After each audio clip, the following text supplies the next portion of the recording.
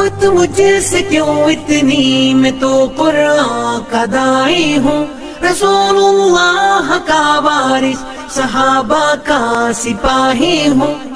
अल्हम्दुलिल्लाह रब्बिल आलमीन वस्सलातु वस्सलामु अला सय्यिदिल मुरसालिन ওয়া আলা আলিহি ওয়া সাহবিহি আজমাইন, আম্মা বাদ।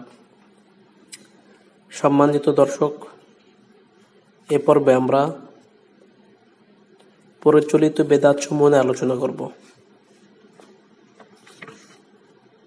প্রচলিত বেদাত সম্পর্কে আলোচনা করব ইনশাআল্লাহ। আমল ও ইবাদতের ক্ষেত্রে প্রচলিত বেদাত সমূহ তো সংক্ষেপে আলোচনা করব। আর এই বিষয়টা খুবই গুরুত্বপূর্ণ একটা বিষয়। আল্লাহ তাআলা আমাদেরকে বেদাতগুলো জেনে এই বেদাতগুলো থেকে সম্পূর্ণরূপে বিরত থাকার তৌফিক দান করুন, আমিন।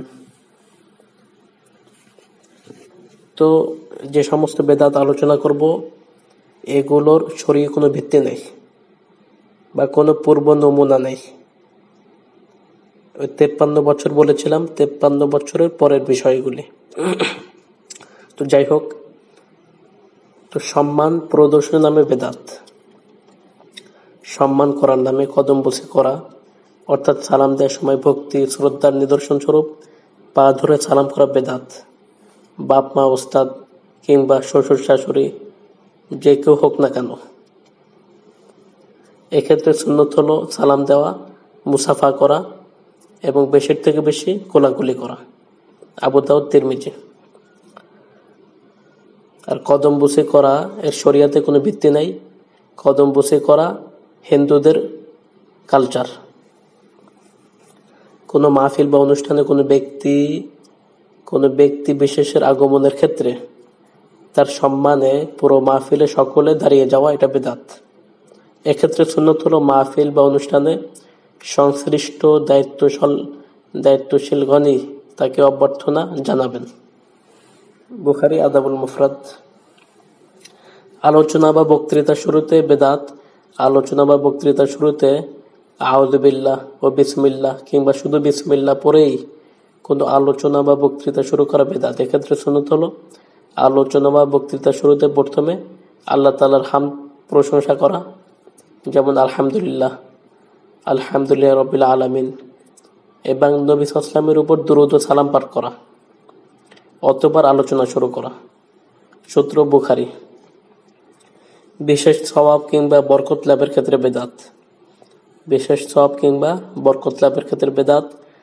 কোনো নতুন দোকান, অফিস, বাসা, বাড়ি, যানবাহন ইত্যাদি উদ্বোধনকে কেন্দ্র করে খতমে কোরআন পড়া, মিলাদ পড়া কিংবা খতমে গাউসিয়া পড়া, এগুলো বেদাত। এগুলোর ক্ষেত্রে বেশির থেকে বেশি কোনো আলেমের মাধ্যমে একটু দোয়া করিয়ে দেওয়া, এতটুকু যথেষ্ট। এর চেয়ে বেশি কিছু করা বেদাত। এগুলোর কোনো ভিত্তি নেই।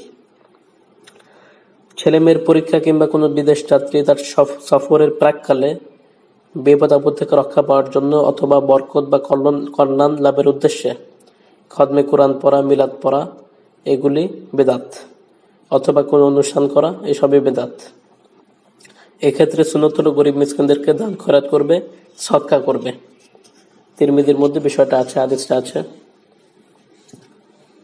সওয়াব লাভের উদ্দেশ্যে কিংবা বিপদ আপদ থেকে রক্ষা পাওয়ার জন্য অথবা আর্থিক উন্নয়নের লক্ষ্যে দোকানের ক্যাশিয়ারের স্থলে কিংবা ঘরে কোনো মৌলবীর মাধ্যমে কোরআন পড়ানো কিংবা একই লক্ষ্যে বাসা বাড়িতে খতমে কোরআন, খতমে বুখারী, খতমে সূরা আনআম, খতমে ইউনূস, খতমে জালালী, খতমে সালাতুর রাসূল, খতমে খাজা খান, খতমে গাউসী ইত্যাদি পড়ানো বেদাত।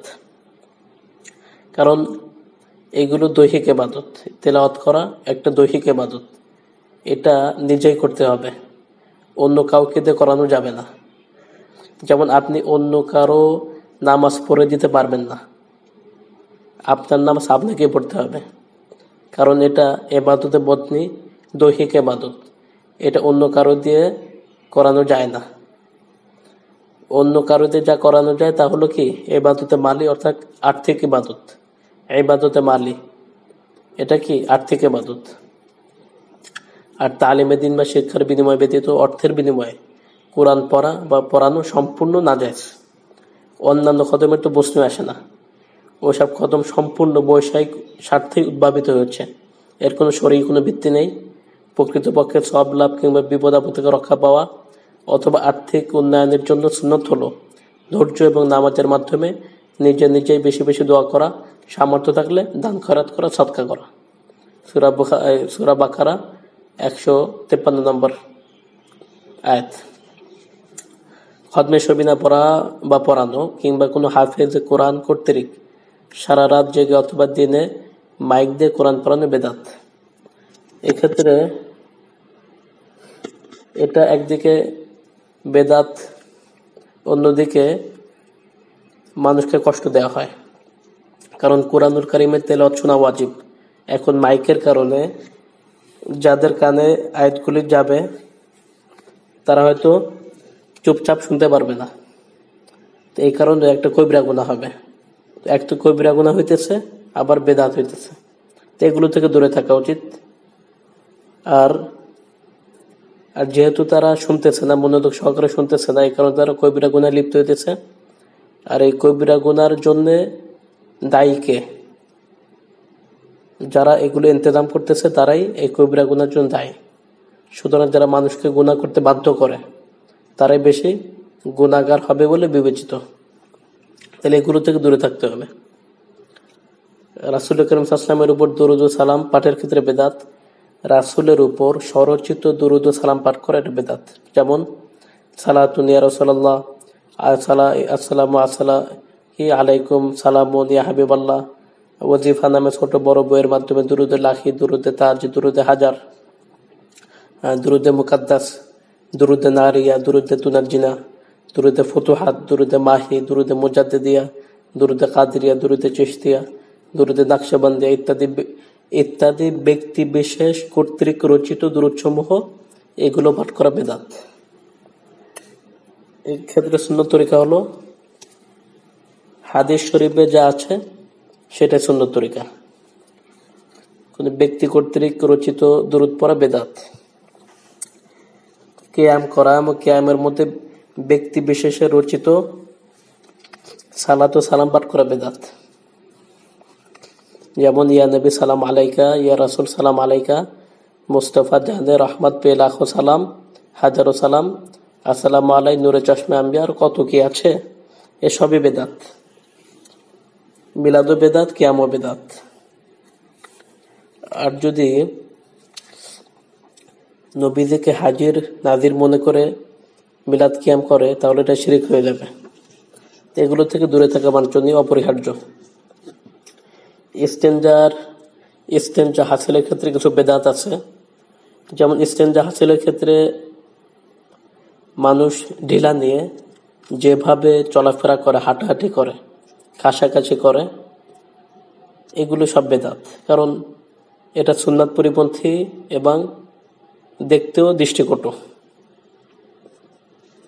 তো এগুলো সুন্নত পরিপন্থী, এগুলো থেকে দূরে থাকা উচিত। অজু করার ক্ষেত্রে বেদাত। অজু করার সময় বিসমিল্লাহিল আলিয়্যিল আযীম ওয়ালহামদুলিল্লাহি আলা দীনিল ইসলাম এ দোয়া পাঠ করার বেদাত। কারণ এটা নবীজি পড়েন নাই, হাদিসে কোরআনে কোথাও নাই। এক্ষেত্রে সুন্নত তরিকা হলো প্রথম বিসমিল্লাহ বলে অজু শুরু করবে, দ্বিতীয়ত অজুর মধ্যে পড়ার দোয়াটি পাঠ করবে, তৃতীয়ত অজু শেষ করার পর কালেমা শাহাদাত সহ অজু শেষে পড়ার দোয়াটা পাঠ করবে। এছাড়া অজুর আগেও পড়ে এবং অজুর প্রতি অঙ্গসমূহ দোয়ার সময় দোয়া পড়ার নামে যেসব দোয়া আছে তা পাঠ করা সম্পূর্ণ বেদাত। আজানের সময় বেদাত। আজান দেওয়ার পূর্বে সালাত ও সালাম পেশ করা বেদাত। এক্ষেত্রে সুন্নত তরিকা হলো আজানের পরেই দুরূদ পাঠ করতে হবে, এটা সুন্নত। মুসলিম হাদিস নাম্বার 735, আবু দাউদ হাদিস নাম্বার 523। আজান দেওয়ার পূর্বে সালাত সালাম পাঠ করা শরীয়তে কোনো ভিত্তি নাই, এটা সম্পূর্ণ বেদাত।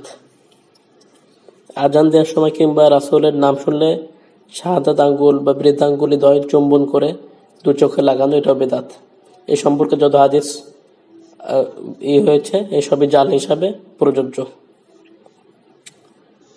হাদিস বিশারদগণই সব জাল বলেছেন। আজান দেওয়ার পর আজানের দোয়া মাইকে পাঠ করাও বেদাত। আজানের দোয়া মাইকে পাঠ করাও বেদাত। ফজরের আযান দেওয়ার পর পুনরায় মানুষকে ঘুম থেকে জাগাবার উদ্দেশ্যে যা কিছু করা হয় এগুলো বেদাত। আমি বিস্তারিত বলছি না, সংক্ষিপ্ত বলতেছি, বাকিটা আপনারা বোঝার চেষ্টা করবেন। নামাজের ক্ষেত্রে বেদাত, নামাজ শুরু করার পূর্বে যে নামাজে বা নামাজের জায়গায় দাঁড়িয়ে ইন্নী ওয়াজ্জাহতু ওয়াজহিয়া এই দোয়াটা পড়া বেদাত। কারণ নবী সাল্লাল্লাহু আলাইহি ওয়াসাল্লাম তাকবীরে তাহরিমা ছাড়া আর কিছু বলেছেন বলে হাদিসে কোনো প্রমাণ নেই। আরবি বা নিজের মাতৃভাষায় মুখে উচ্চারণ করে নামাজের জন্য নিয়ত করা বেদাত, এগুলো হাদিসে কোরআনে কোথাও নাই, এগুলো বেদাত। 5 ওয়াক্ত ফরজ নামাজ, জুমার নামাজ, 2 ঈদের নামাজের জামাত শেষে ইমাম কর্তৃক সম্মিলিতভাবে মুনাজাত করা এটা বেদাত। এক্ষেত্রে সুন্নত হলো নিজে নিজে ওই শব্দ পড়া যা নামাজের সালাম ফেরানোর পর পড়ার জন্য রাসূল শিক্ষা দিয়েছেন। বুখারী, মুসলিম, তিরমিজি আরো 400-এর মতো হাদিসের কিতাব আছে। নবীজি সালাতের সালামের পর কি করতেন বিশদ আলোচনা আছে। আর সম্মিলিত মুনাজাত করে এগুলো বেদাত। জামাতের সাথে নামাজ শেষে ইমাম কর্তৃক সম্মিলিত কণ্ঠে